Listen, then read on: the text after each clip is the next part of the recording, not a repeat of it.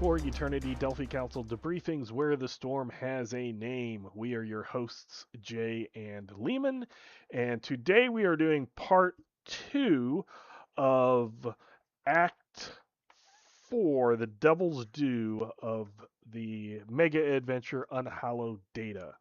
Um, we'll also, at the end, we'll add a little bit of Game Master info. So even though this is very Master centric, if you plan to play this, I would suggest not at least listening to the last we've part. already Yeah, but we've already laid out everything. right. So. I just know a lot of people like looking at the books as players and hoping that they'll be able to play even if they don't.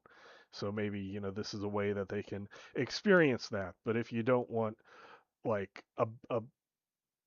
a big behind the scenes thing, what is going on, or to spoil future things that may be occurring, I guess that would be the way to go. Then it might be when we get to that point, I'll let you all know, and you can just end it there because that will be close to the end.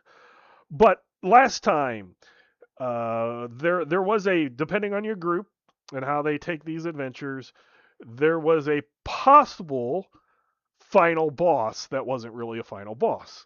So the Storm Knights can encounter Glabzug, a demon, who is the one that has been inciting all the rioting as he is trying to get back to possess Victoria.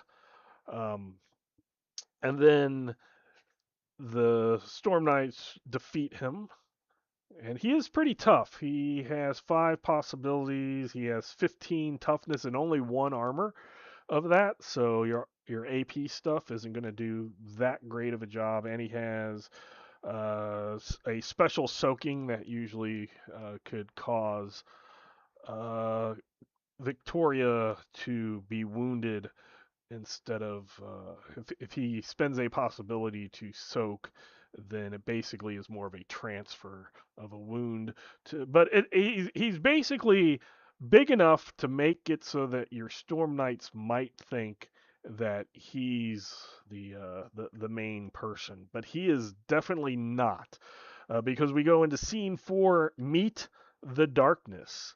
Um, Here is if your group hasn't found out, they definitely will now. Sister Yulia is a monster.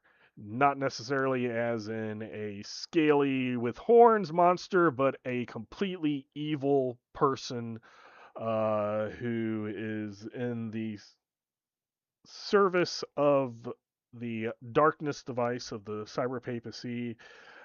Completely evil, as we learned last time. She was the one who was torturing Victoria at night to try to lure the demon in, and very nasty person. She also knows that the Storm Knights are not special envoys, which there have been times in the past where people might have questioned the Storm Knights about it or been suspicious, but they didn't absolutely know, and she absolutely does know.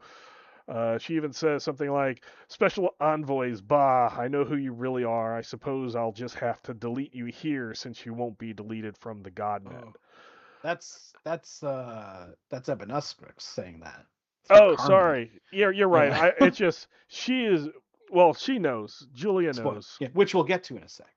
Right. But sorry, I read that, and then right under it it just says Sister Julia, and then it says Carmen. Right. So I will correct myself. I can be wrong, especially when I haven't played or game mastered this in a year, and even reading over things before we record can be quickly and jumble my mind. But yes, basically what happens?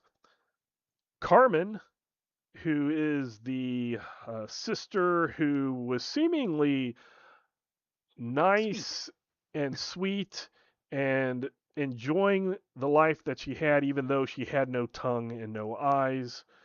She is possessed by Ebenexcrus. And the darkness device is basically possessing her. and she is the big bad of the act, and she is very big, very bad. It's there's been other mega adventures where like a High Lord or a Darkness device might have been present, but it's kind of like they're present and then they get out of the way somehow real fast. Um, Godbox, I believe, has Bart Cobb, and then like a truck runs into him and plows him off. Like he jumps in enough time to scare people, and then a big semi or something plows into him and knocks him off. Or then the Kefetiri idol of the Nile Empire talks to Yeah. the Storm Knights in uh, Fires of Ra, but they've all been kind of they're coming, get Well, away fast, or there's other things. This is an actual confrontation. I'll say. At least that's how I view it, and how my party definitely did when they, but both parties, the one I was part of and the one that I ran, really took this as serious. Sister Julia is the one who has been assisting in allowing or uh, putting the dominoes, I guess, in a line to make it so that the darkness device could possess Carmen.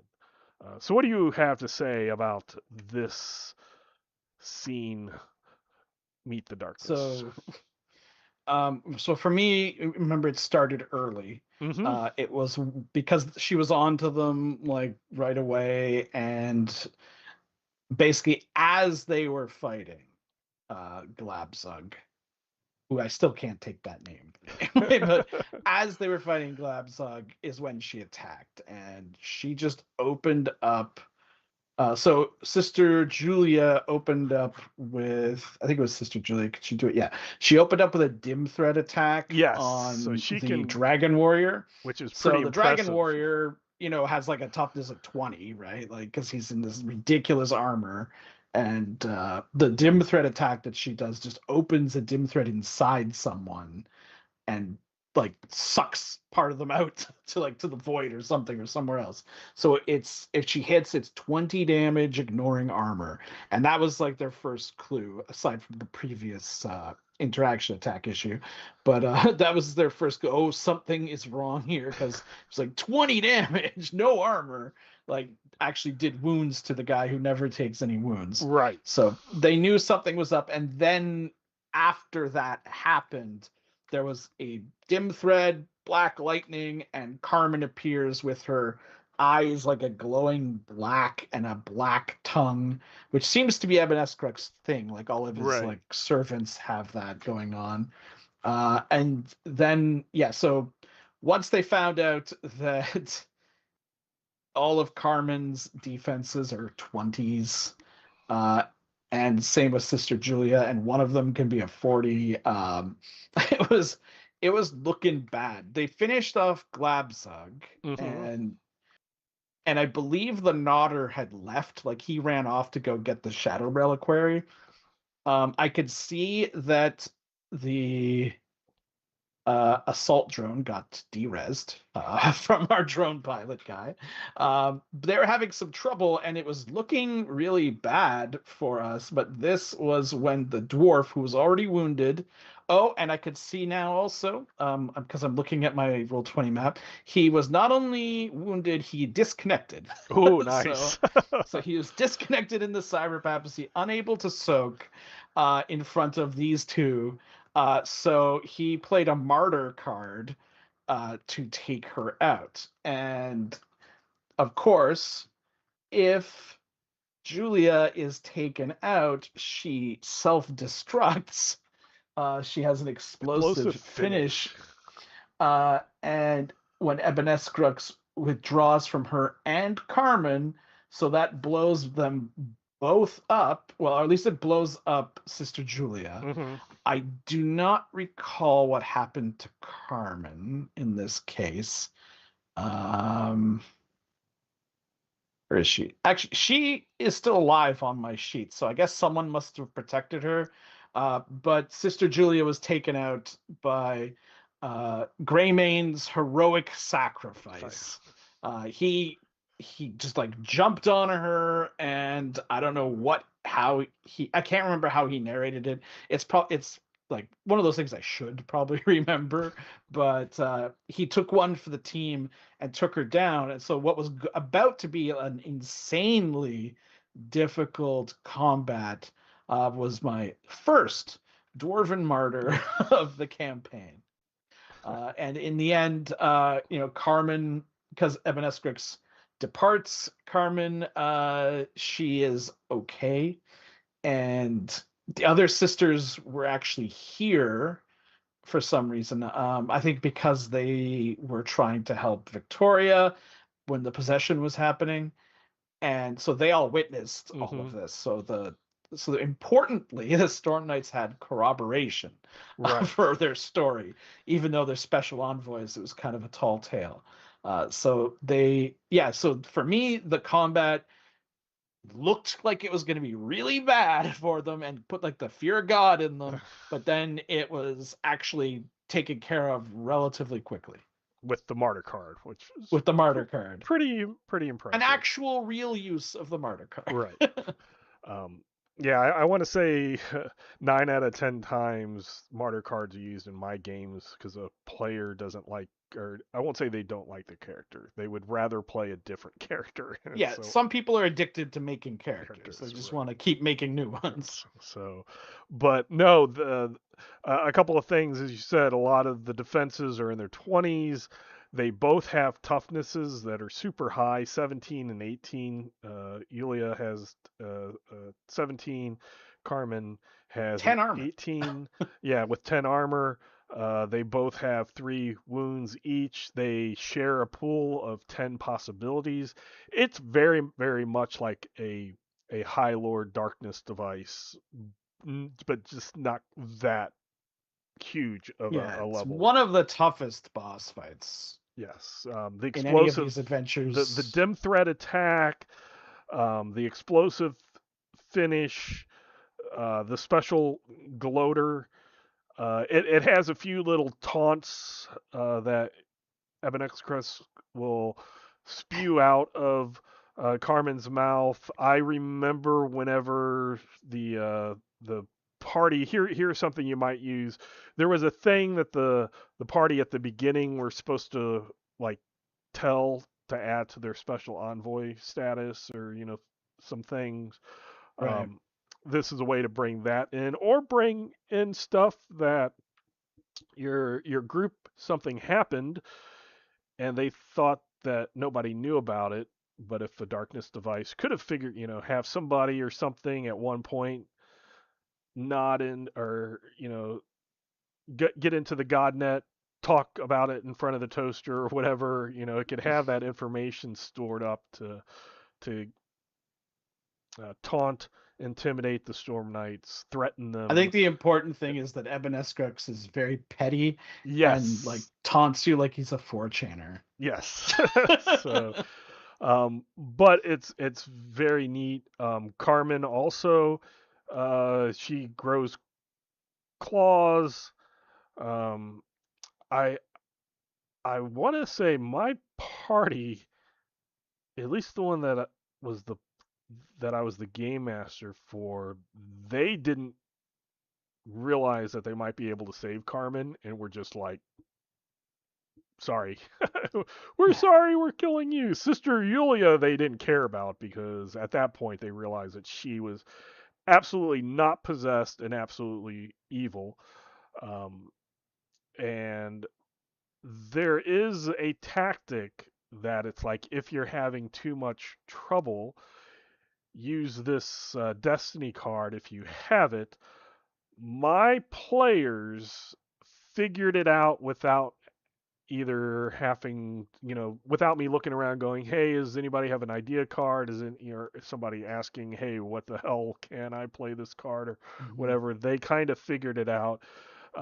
They had been trying to figure out how to use a maelstrom without it just wrecking them as well through a couple of campaigns. And with this one, they were able to go, oh, okay, here's the situation. And it doesn't allow possibilities to be spent, which means you can't soak from like you have to make sure that you don't have that open for you because I think it's until the end of your next turn. So you have somebody who Mhm. starts it on your turn, you do a bunch of stuff, and then you make sure that you're on the tail end, that the villains go first, and then you make sure you have enough C's initiatives to make sure that you go first the next round, and that way it ends at the end of your turn and you're like the last one to go or at the end of the hero's turn. So therefore, if it basically begins and ends without the villain being able to do the same thing to you, because if they would go first the next round, then they would be able to do it to you. Or if you went first, then they could do it to you, and then if the card flips and then villains are first, then they do it to you again before you do it to them. So you have to kind of really manipulate that Or make sure you have an order, opponent fails card. or have a opponent fails card, things like that. You have to stack your deck. But it finally, and then after this forced them to do that and they succeeded, then they were like, oh, this is a tactic we can use now. So then they were able to use it in later That's funny. adventures. My it didn't come up in this adventure, but my players did use Maelstrom a lot, like Hmm. just regularly to do whenever it was time to do the death blow, Right, basically. That's when they would use it, and then can't soak this final hit, bam, right. enemy's done. And so it was always funny when I started playing games in organized play, and everyone was just always chucking maelstroms. Like, Yeah, these are useless, these are useless. And I'm like, what are you doing? It's so good. yeah. But It's that's an aside. no, no. That's perfectly valid. The I've seen that also where people just throw them. Oh, it's almost as bad as a drive offensively. It's like Yeah, yeah. get that card away from me. For first card to discard or something like that. But it is a very powerful card. It's just you have to use it correctly. Um, but the the adventure assumes, because otherwise you'll be starting new Storm Knights, is that you're able to take out Sister Yulia and Ebenex Cross either by defeating Carmen as well or by defeating Sister Yulia and somehow protecting Carmen until the darkness device leaves her. And then the aftermath. I want to say at least in one of mine there was, like you said, one of the other sisters or the main uh, nun. Was it Maria? Trying to remember. We went through all of those last time. No, Mother yeah. Maria Consuela. Yeah, Mother Maria Consuela. saw it and yes, then was able to say, "Oh, okay, what you were doing was a good thing, not just killing two innocent nuns under my care." Right. So, as an aftermath, if you don't have any or if none of the other people in the monastery are there, it can cause problems. Um, and then again, it says, but at this time, if they hadn't already dealt with the shadow reliquary, it says it's been fully deleted. But there's a data trail leading to Rio de Janeiro that is discovered without a test. If nobody thinks about it and you're not on Mother Maria's bad side, she can introduce them to a sister with a knack for hacking who finds it. But basically, now they're given their next piece of bread on the bread trail to go to Rio de Janeiro. So then the scene 5 is how do we get over there? And one of the options is a cruise ship that has a cyber papal talisman or hardpoint type thing. It moves a cruise ship that goes between uh, Barcelona, Spain, or Spain and Rio de Janeiro, kind of across the Atlantic Ocean to link the two realms of the cyber papacy, because by this time, the cyber papacy has also expanded into South America, Brazil, and a couple of the countries or parts of countries bordering Brazil. And one of the things that it brings up here, and it also brings up in the Delphi Mission Cyber Papacy book, is within the Delphi Mission Cyber Papacy book is a adventure called The Crossing, also by Brian Reeves, who is one of the authors of Unhallowed Data. But he wrote a crossing on this cruise ship. So if you want to flesh out that crossing instead of just hand wave you get on the boat and you go over, okay, you're off the boat, you can use that adventure. We won't get into that adventure this time, but I just wanted to bring up that that is a possibility to do. And it does give alternate routes, though.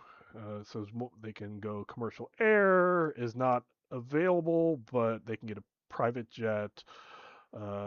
They can slip out of the cyber papacy, get to core Earth, contact the Delphi Council, get transport over. So there's various ways that they can.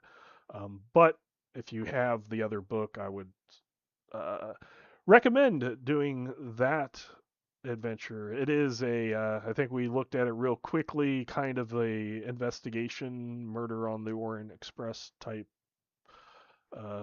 adventure. So it's not just we get on a cruise ship and start fighting.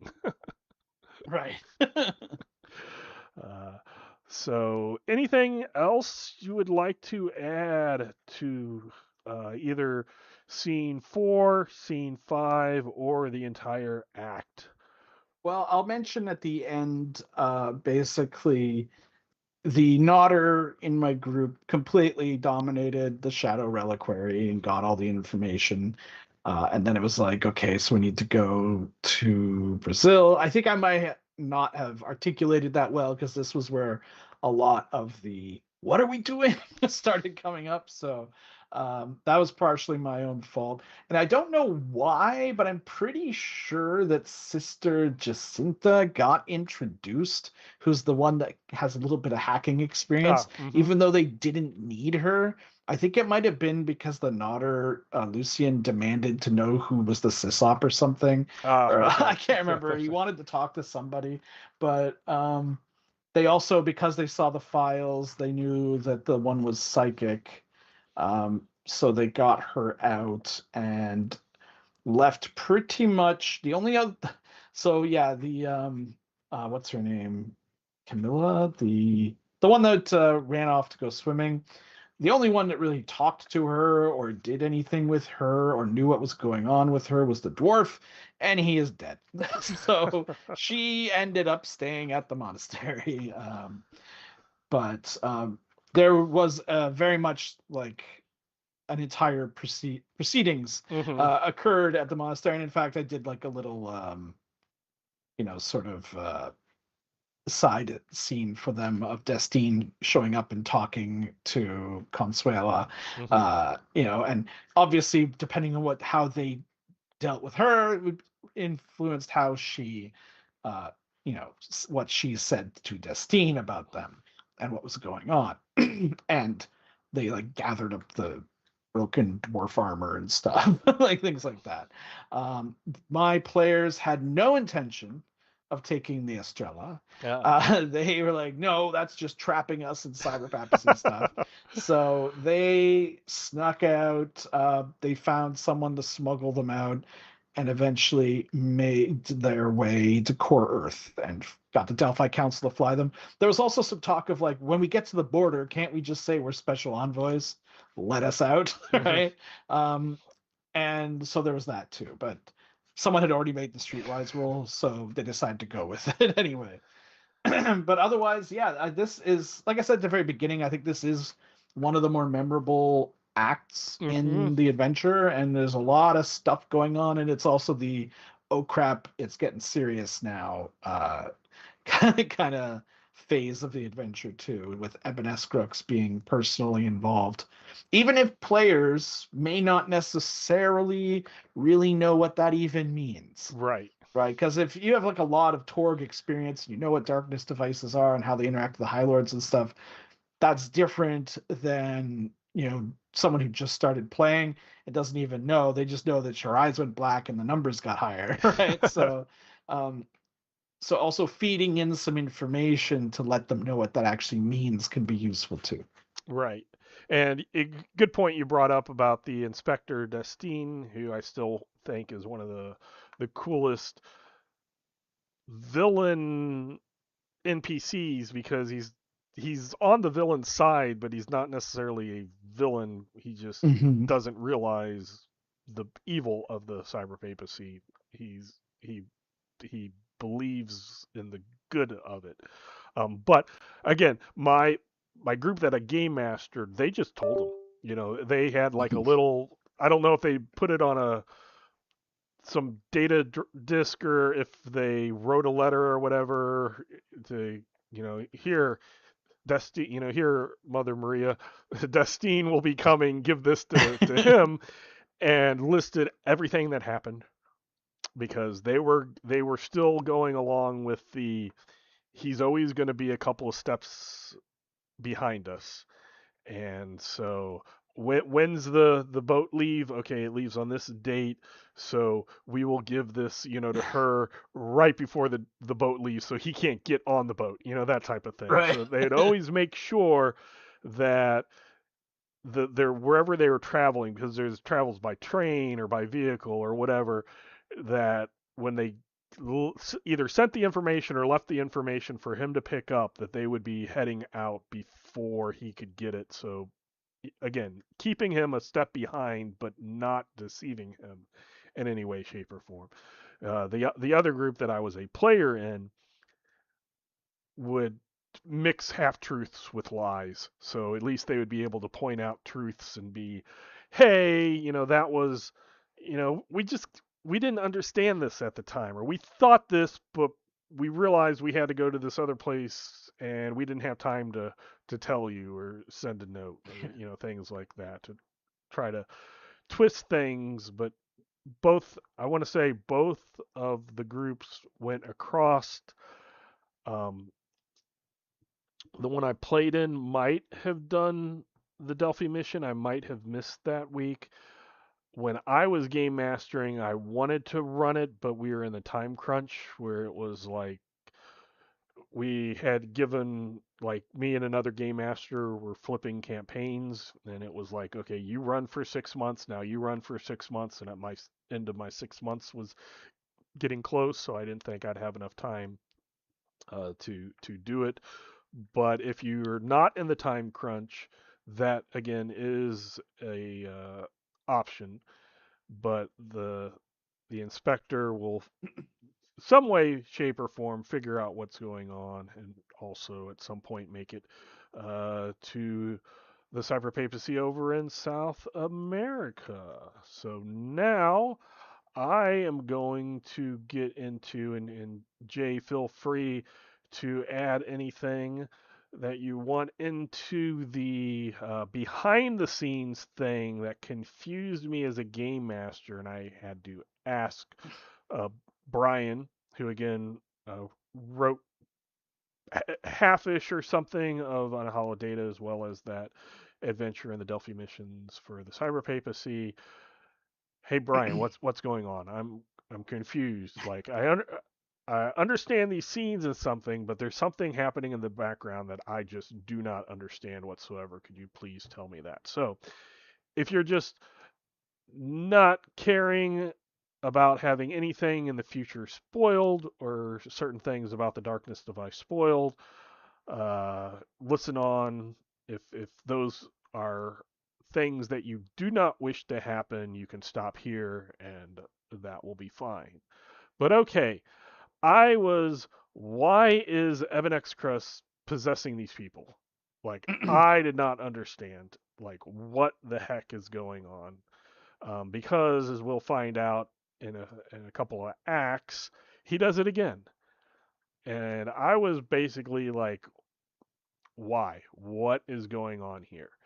And then that's when Brian was, I guess, and things now as a line developer, I understand page count is a thing, is a true thing, and when Hmm. pages go above or your words go above, certain stuff has to be cut because you can't just easily slip one page in because uh, pages are usually printed on, I think it's 8, so 4 panels on one side, 4 on the other side, so they fold up and you get 8.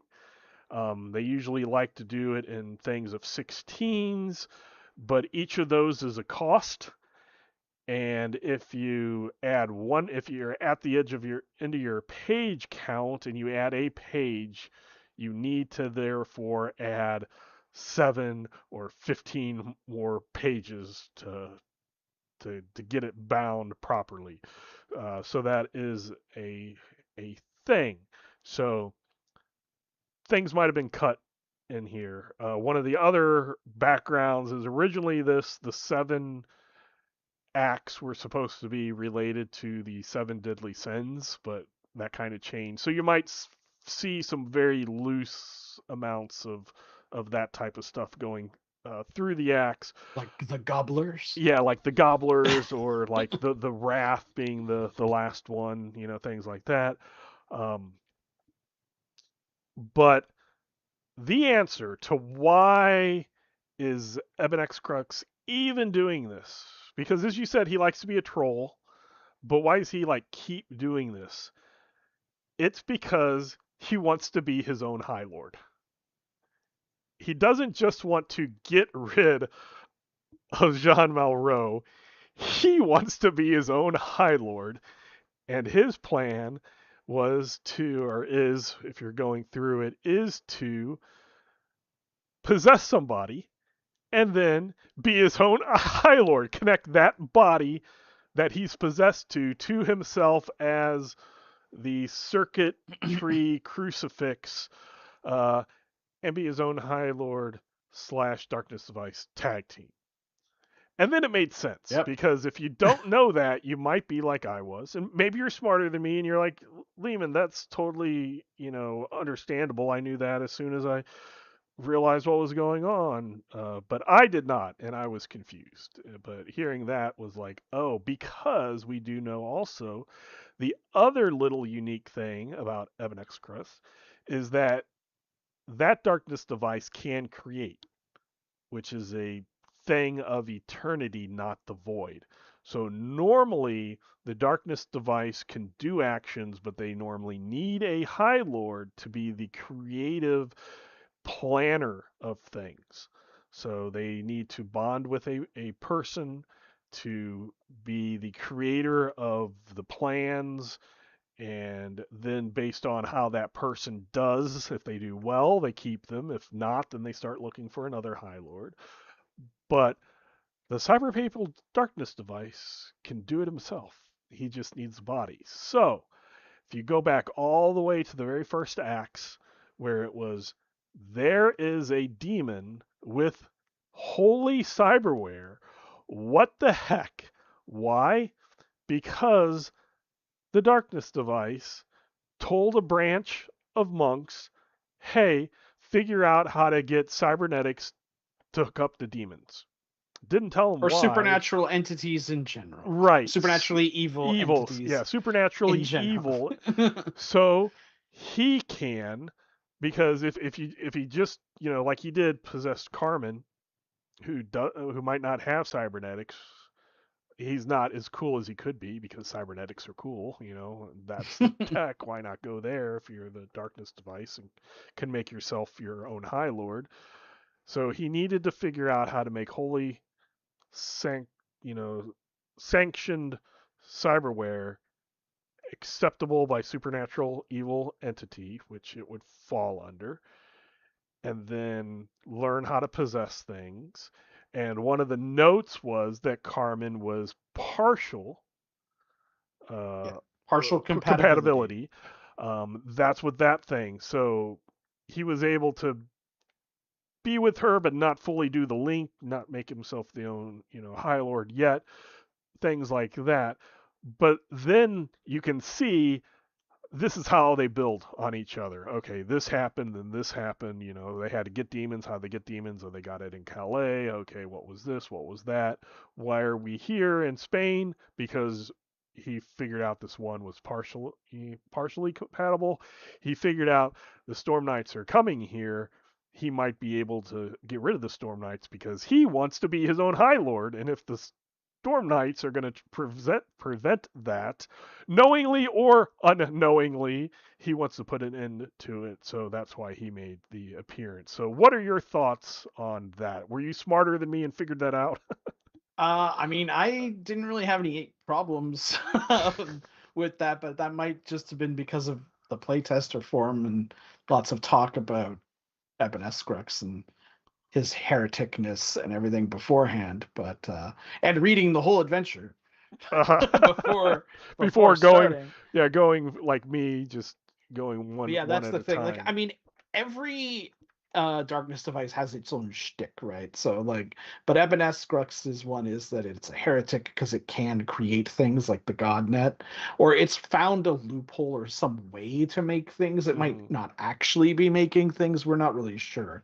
Normally, they can't make anything since they're like a distillation of He's nothingness, he's right? the Like of the supernatural void. evil LLM AI. Right. Yeah, The, it can't make anything itself. but it But scrapes the godnet of the information. yeah. And then so normally, yes, they have to have the High Lord to do it to be a channel for them to actually do anything.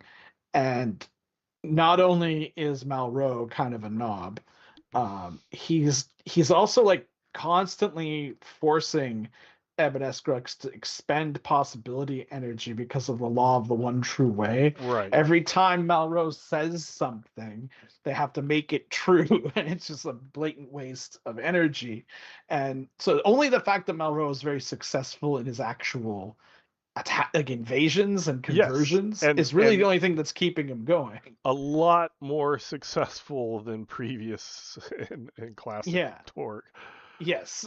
But you'll notice in like every source book for every other cosm, there's always a so if the High Lord's not doing so good, who is the Darkness Device looking at for the replacement? Mm-hmm. Who's your Backup. Thrakmos Yeah, and yeah. who's Your Wuhan. yeah, exactly. And notably, the cyber papacy has no such person because Ebenes Crooks said, you know what? If this goes south, I'm doing it So, myself. So yeah, all of this leads towards him trying to create a body so that he can physically, because remember, they are inanimate objects. mm-hmm. They can't move. Like the closest one to being able to move, I guess, is Rek Pagan, because they can it's a spear. Spear. Yeah. So he can be carried around a lot easier than the rest of them. The But or I uh, guess Hecaton is inside the oh, it's Gauntman. inside the Gauntman. Yeah, I guess. And I mean, Daikoku's a computer, Computer. like a laptop, so it's not that bad. But still, like they're mostly inanimate objects. They can't do anything on their own. But suddenly, if he can work on his own, then that's going to be amazing for him. Like cuts out the middleman Mm-hmm. completely, and it makes you wonder what a cyber papacy under his control would look like. It would probably be horrible, like Yes. just direct destruction. So at some point, yeah, trying to put these threads together for the players would be good too. Because, like I said, my players were constantly, what are we doing? Why are we here? And actually putting it out there for them would really help at this point. And and I'll say partway through the next act, it does really kind of come together. And they're like, Right. oh crap. But no, I wanted to say, and yes, you're right. I definitely went through this as reading the act as I was game Yeah. mastering, even though I was doing it as a play testing during that time. It was definitely I am playing off the cuff with no prep. And then when I went to look at the information of why I did not find it, and then asked about it, and that was the official answer at the time, and it makes sense, like you said. Yeah, it all The, works. it's the clues are out there. It just hasn't been verbalized or written directly. Yeah. And so that's why I wanted to explain that to the game masters on what is going on. So that's something also we probably did talk about it when we went through the different darkness devices way back in one of the earlier episodes when we talked about cyber papacy, how it has that little, if not exactly you know, creation that it can do, it has so much information in the GodNet that it can sift through things and do like the AI chats can do now. They Mhm. just reply based off of millions upon millions of, if this is said, this is the common answer, that type of thing. So it can work work that, and with the Tech 26, it's definitely going to be uh, doing that, and it might make it as close to being creative as a darkness device can be. But yes, it's trying to get rid of Jean Malraux, and that though does open up why the player characters special envoy stuff isn't just thrown completely out, because you have Malraux entering certain stuff and giving orders, and then you Mhm. have the darkness device doing Yeah, this secret is all stuff on and the giving down low, right? and giving orders. So what one of them is doing doesn't mean that the other one knows what's going on. Out of all the symbiotic things, I want to say this is probably the biggest one where they don't work hand in hand. Well, that's ironically why the more you tell Destine, the more the Cyber Pope might learn and actually Right, find out what's going going on on. with Ebenescrex. Right, So telling Destine everything is actually, in the long term, probably good. right. Yeah. Because as you said, if Jean Malraux realizes this is my darkness device is working against me, Yeah. that's, he can fight back against that. He can watch for those plans. He can make sure that it doesn't get away from him, because if it does get away from him and he realizes he's gone, no High Lord wants to end up like Cranod. Right. Yeah. So you gotta keep him useful. Gotta keep yourself useful in some way, or make it so that there's not an alternate. Um, so I'll go ahead and we can wrap this one up. Next time, I think we still probably have at least one more episode about the vitality paths. I don't think we got through them all. I'll before we get that, if I'm wrong, I'm wrong, and we'll come up with something else to do in the meantime. But we'll get the next time we get to this one, we'll be in Act 5. Act 4, though, yes, I thought it was it was one of those moments where it's just like, boom, there it is. You Yeah. have It's all laid out. it's very nice. There is a lot of role playing opportunity, big combat, a switcheroo. If your players thought that the first big combat was the end combat, then they learned that that was what they thought was big was minuscule compared to the next one. All in all, very enjoyable act, I believe. You can email us at torgdcd@gmail.com. Send us your emails. When we receive those, we'll try to answer any questions you have, comment on your comments, etc. But other than that, until next time, we hope you have fun in your own Cosmos. Bye.